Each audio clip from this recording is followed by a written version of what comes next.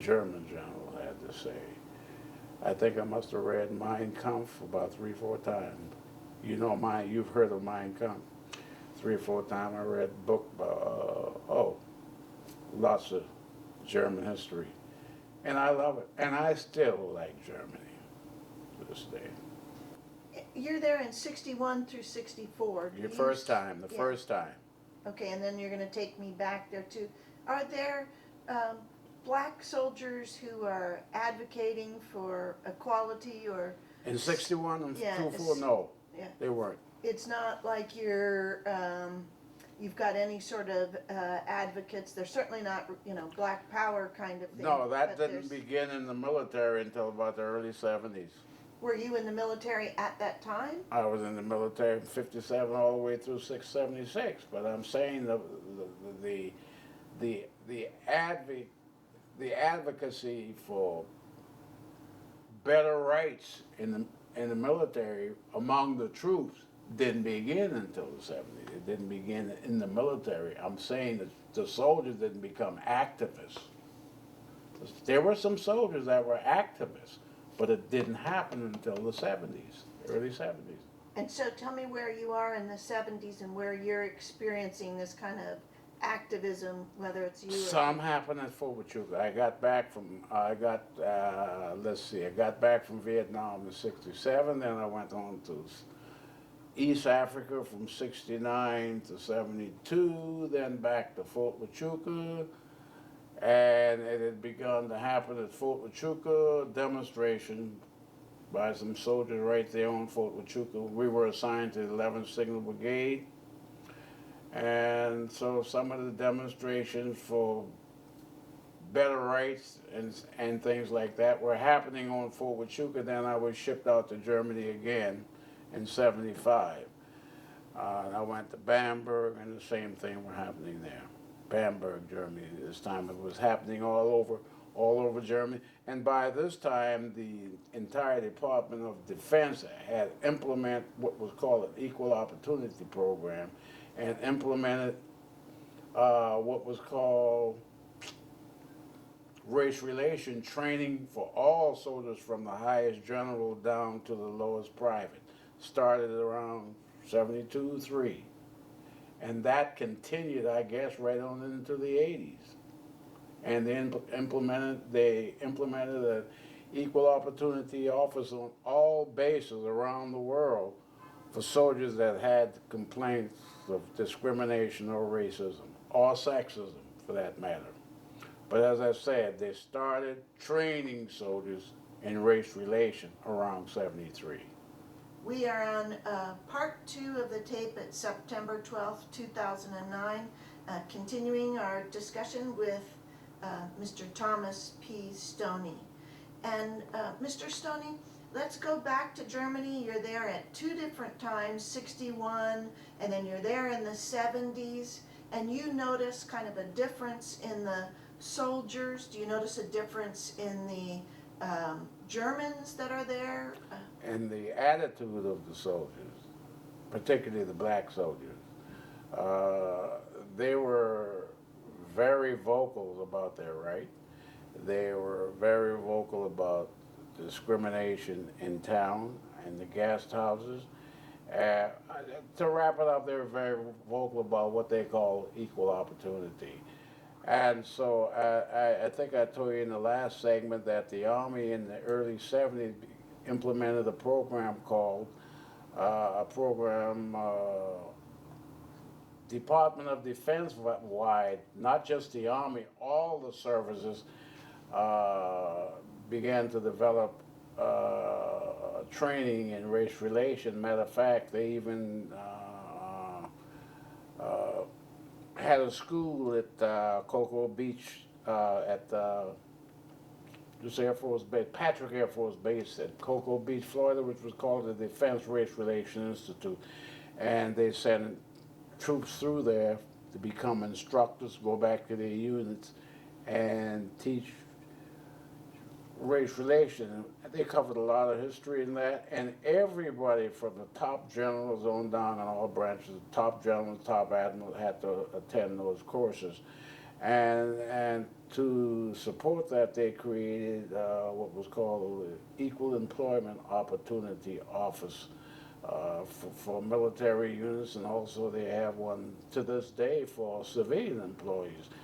And in Germany and other places, to break down the discrimination in rental housing overseas, in places like Germany, the Defense Department created what was called the housing office, housing referral office, we call it HRO, housing referral office, where every soldier coming in there that had a family looking for housing had to go through that office. And the way they did that was that they would go out to the civilians, the Germans or whoever, whatever country it was, and if they want to list their housing for rental to military and wanted to be on that list, they had to sign a statement that they would not discriminate in renting their houses. Okay? So bear in mind, no matter who you were, no matter what grade, you had to go through the housing referral office before you could get quarters or rental houses. Today, it's quite different in Germany also. Because I went back over there as a civilian working, after I retired. Quite different. Quite different. Do you think it was different because of your interaction and the other soldiers who were there in the 60s and 70s? Do you think it was military leadership? Do you think it was foot soldiers? I think that not me personally, but I think that the soldiers themselves agitated enough. Also, the NAACP got heavily involved in this thing. And as a result of the agitation of the soldiers themselves and the problems they were having, I mean, there were fights, soldiers were throwing each other out of windows and things in Germany. I think that the leadership took action. The military has got to be a cohesive team. You cannot have an effective military that may have to go to war at any time with displeased soldiers. Anything could happen. They had to take action. So the leadership took action. That's why they established the Race Relations Institute. They established the Equal Employment Opportunity Office, the Housing Referral Office. Those three things went a long way to break it up, at least openly. What you may call the overt discrimination was broken up over them. The military, in my opinion, Maggie, took the lead in making changes, took the lead in breaking down racial discrimination. They still have some problems, but they took the lead. They're far way out there in comparison with the society in general. And I don't regret my military career for 1 second. I'll do it over.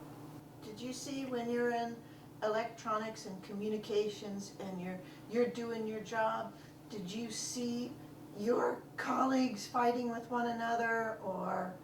I did in Bamberg, Germany. I saw not fighting with one another. Well, yeah, fighting with whites and black. And tell me something about how that happened and what you saw. I'm talking 1975.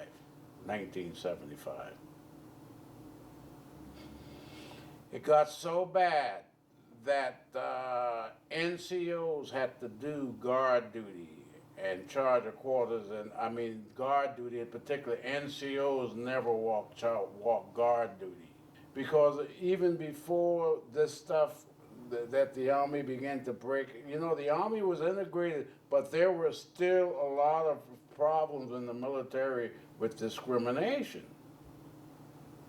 A lot of it. even though the Army had integrated in the early 50s physically, there was still a lot of problem in those units. And even when in the early days when you went into those units as a black soldier, it was easy to tell that they didn't want you there. Now during the war, fighting in an integrated unit, different. But soon as you pull away from the shooting, as you can see the attitude change. Because during the fight, everybody had to have each other's back. But the Army went through a lot within those units. I mean, there were all kinds of cases of blacks being punished much harsher for the same offense, being denied promotion, same job, okay, being denied the better assignments. I mean, you could see it, you know what I mean? And then in the early days, you had some NCOs that would just yell out the N-word to you, and you do nothing. I had a platoon sergeant like that up in Georgia. But the Army come a long way, long way. The society has too, but society is behind the Army on this, the military on this. Your family also lived in Germany and went to school there. So your family, you've got a son, isn't it, Thomas P. Stoney Jr. Is your son? Do I have a son? Yeah. Yeah, I have a junior. And didn't he grow up, spend some time in Germany as well? He was just an infant, just a little baby. He don't know. Oh, he anything. doesn't remember, Yeah. so, okay. When I went back in '75, my career was winding down, so I went alone in '75. But he was born, two of my children were born there in Germany. And your daughter is born there in Germany as well? The son and the daughter. And where were they born? And One was born in Frankfurt, the son was born in Frankfurt, and the daughter was born in Augsburg. do they feel that you know of any sort of connection to Germany? They were probably dual citizens for a while. They could have, they had a choice. They had a choice, they chose to be American citizens, like their daddy. But then later, when you're a civilian, you're back in Germany and you're working, and you've met My current wife, your current wife, yes. Margit, Yes. And how did you meet her, and what was your involvement with German society at that time? So you're back in it. I was working as a civil servant on Fort Huachuca. Okay. And I applied for transfer to Germany as a civil servant. As I said, I was already working as a civil servant on Fort Huachuca. This is the year of '86, okay? And I had been retired for 10 years, and I've been working civil service all those years. And so I was selected to go to Gießen as a civil service, working with youth, developing programs for youth, 6 to 18 years old, for military youth. So I was elected to go to Gießen. First time, you want to know how I met her? Is that what you said? Oh, first time I saw her, I was a bachelor. I had been divorced. I was already divorced. And so I was at the washerette, washing clothes. I met her there. That's the first time I saw her, but we didn't start dating for maybe a year later. But she had experience with soldiers who were there. Had she talked about when she was growing up, and there had always been American soldiers around? Always been American soldiers there. And had she had experience, she'd seen American black soldiers there too? She saw black soldiers, but she was a divorcee as well. You know, she was married to a German, but she always seen black soldiers even when she was a kid. Okay? You remember we've been in Germany since 45. Okay? Uh, but I think that when we met in that washerette, she was sitting there with her clothes in the dryer, and I'm sitting there minding the dryer, so we just started talking. But, you know, I like what I saw. But it was, with her, it was kind of nonchalant, you know. So I didn't see her again for maybe another 4 or 5 months, but back in the washerette. And the first time I didn't ask her for a date. I didn't. So, but back when I saw her 4 months later, I asked her, and she just looked at me and she said, "I don't know." And I asked her, could I call her? She gave me a number, and I called her through now. So we went on a date, and I think 18 months later, we were married.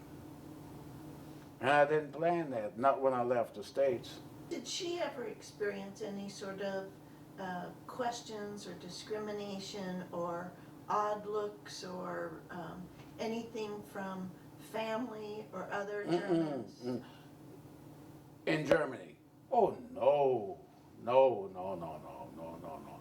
I guess I'm lucky.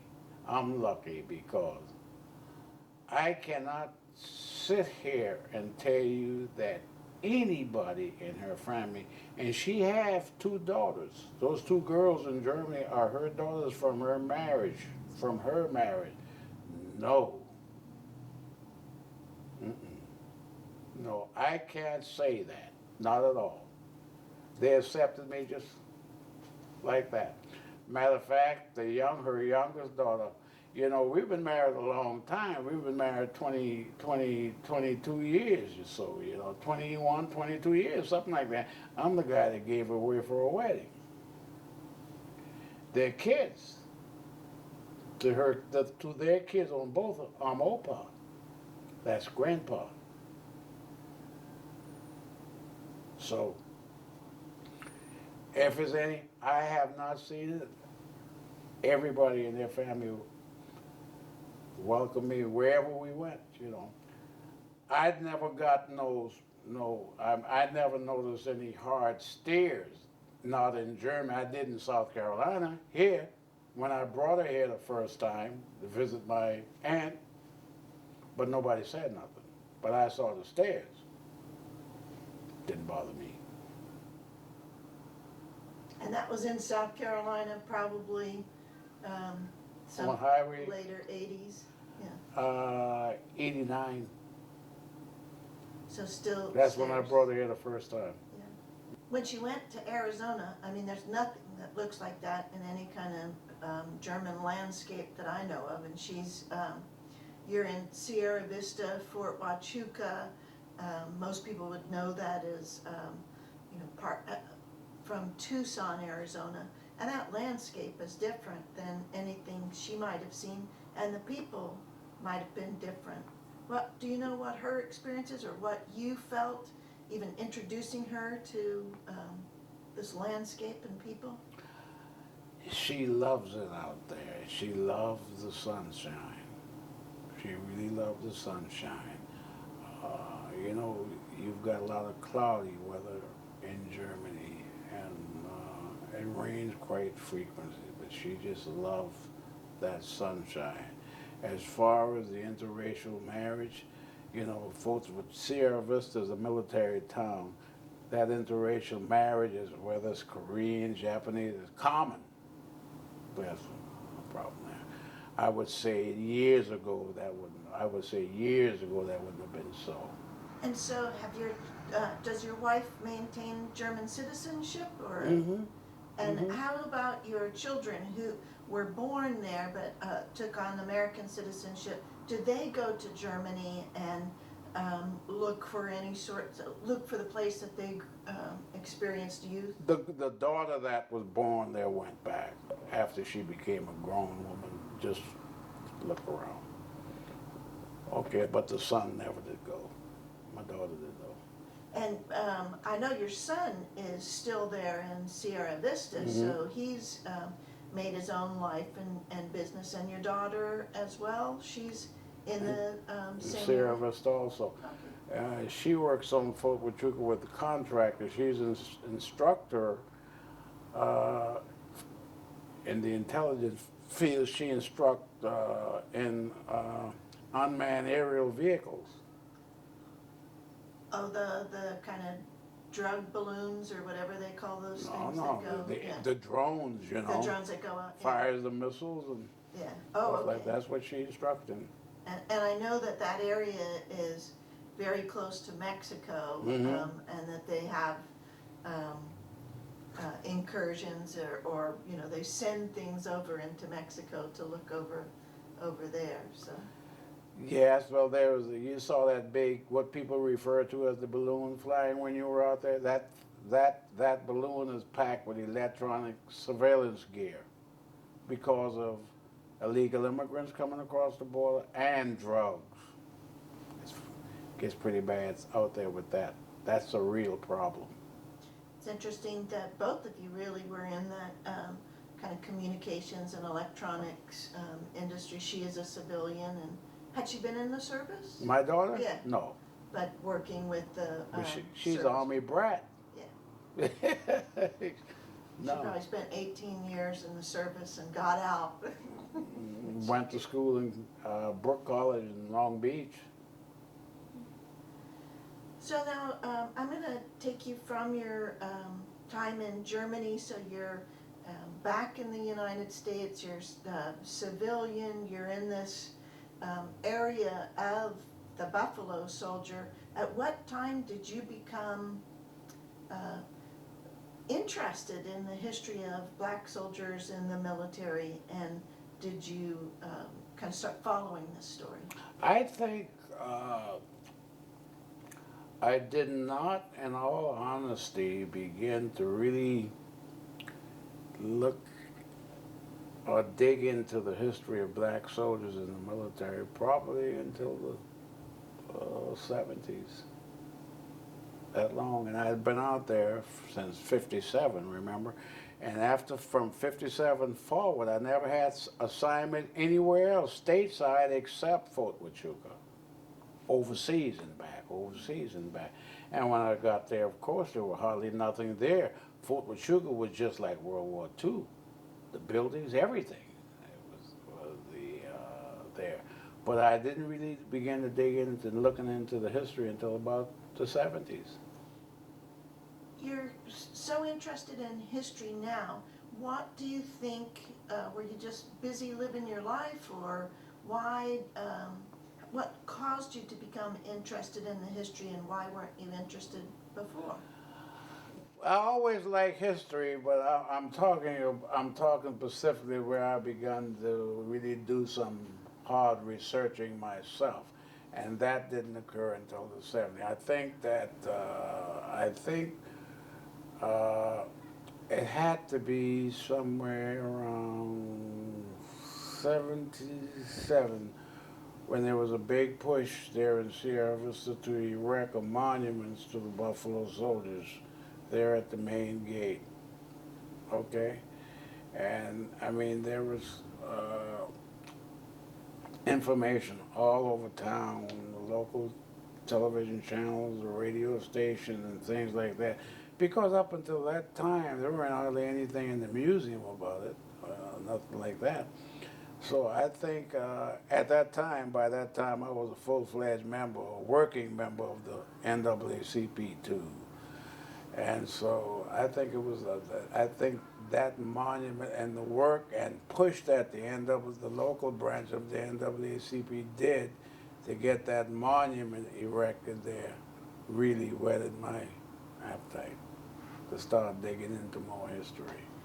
And then you learned, of course, that you are, you know, a very important part of this history. You were actually many of the places where the Buffalo Soldiers, you know, had been earlier, and then the changes that were made later. You became interested in even the the landscape and the architecture of the Buffalo Soldiers. If you'd tell me how you're involved with preservation of that history now. Well, when in 1977, when they erected that monument, okay, now it took sort of a campaign to get that done. A lot of work to get that done. I'm agitating to get that done. And it was done. As I said, for a place like Fort Huachuca, I had been in the in the museum on Fort Huachuca several times before that, but I never really followed up or paid a great deal of attention. There was really nothing in that museum about black soldiers except a stereotypical photo of a World War II black soldier sitting on a army footlocker with a bottle of wine in his hand, that was all that was there. I remember seeing that when I got there early in '57 or '58, when I saw that. That was all that there. And